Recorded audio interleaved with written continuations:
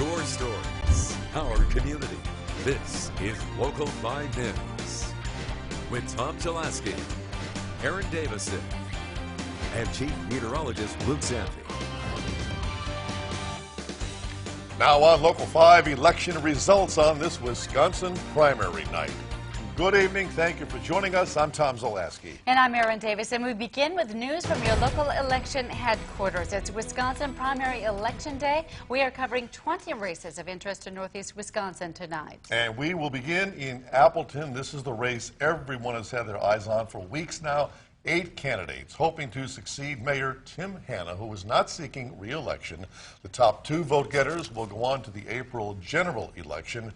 Your results so far, your top 2 vote-getters, Jacob Woodford leading with Jim Clemens, a close second, and then Chad Doran, Dana Johnson rounding out the top 4. And then as we switch screens, you see the rest of the field as the way it shook out. We will be talking live momentarily with the 2 top vote-getters, so stay with us for that. Now, there was a statewide ballot on the contest tonight for the state Supreme Court. 3 candidates on the ballot. 2 go on to the general election in April. Let's take a look now. It looks like it will be Jill Horosky facing off against incumbent Judge Daniel Kelly in the general election in April. That's with 86% of the vote in. In Green Bay, the 2nd aldermanic district position up for grabs in District 6. 5 candidates in the running. Incumbent Kathy LaFave, she'll be moving on along with Stuart Larson, top 2 vote-getters, and there you see how the rest of that field shook out tonight. And then we move on to District 9. 2 candidates going for the seat now held by incumbent Brian Johnson. The 2 facing off against Johnson, including Desiree May and Guy Zimmer.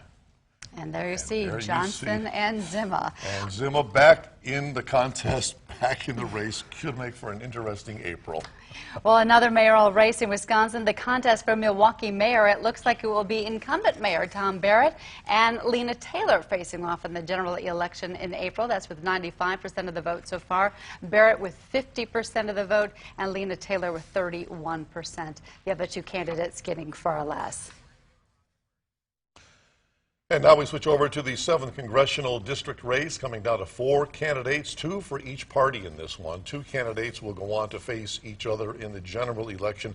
This is the seat that opened up when Republican Congressman Sean Duffy retired back in September, and it appears as though State Senator Tom Tiffany is the top vote-getter on the Republican side, and Tricia Zunker, who's the president of the Wausau School Board, is the top vote-getter on the Democratic side.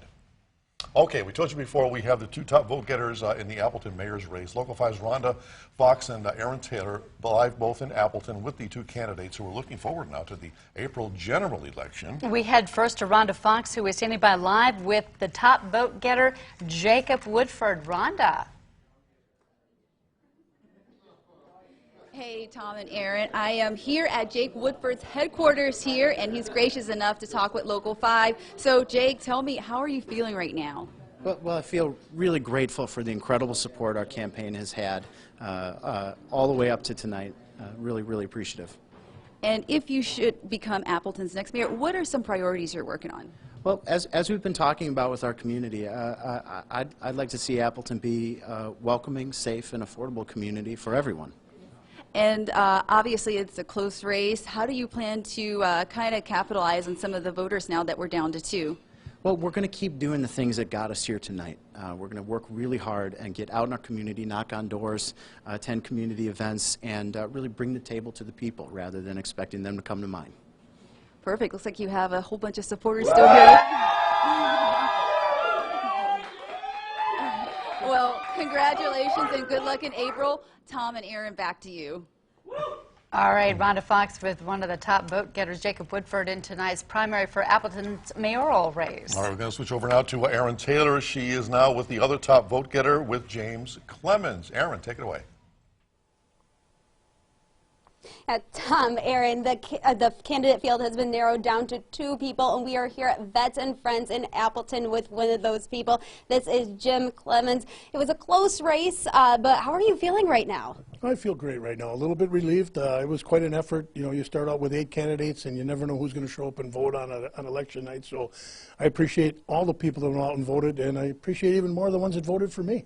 Yeah, 25% of the vote you got. What's your strategy moving ahead for April? I think it's going to be pretty similar. We're going to keep the taxpayers in mind, those with limited incomes. We're going to try and expand the tax base in an efficient way, but I'm going to be running for the office, and I'm still not going to run against anybody. That's what we did right from the get-go, and that's what we're going to continue to do. Well, it's a strategy that so far has worked out for you. Thank you so much for being here with us tonight, Jim. Oh, thank you. And good luck in April. Tom, Aaron, we'll toss it back to you. Aaron Taylor, thanks. She's with James Clemens, one of the top 2 vote getters in Appleton's mayor's race out of that field of 8 tonight. And for full unofficial election results in all 20 races in Northeast Wisconsin, you can head to our website, wearegreenbay.com. Just click on the election results tab. Local 5 this morning will also have you covered on all your local election results. All right, there were things going on in our neighborhood outside of politics today. This was a day of giving in Green Bay. Still ahead, we take you to the Wisconsin Humane Society as they held their Pizza with Pops party tonight. And all of your WIAA hoops action coming up later in sports. And it turns frigid for a couple days. How long highs will be in the teens and how many mornings you'll wake up to below 0 temperatures. The Sun 5 forecast is next. You're watching Local 5 News with Tom Zalaski and Aaron Davison.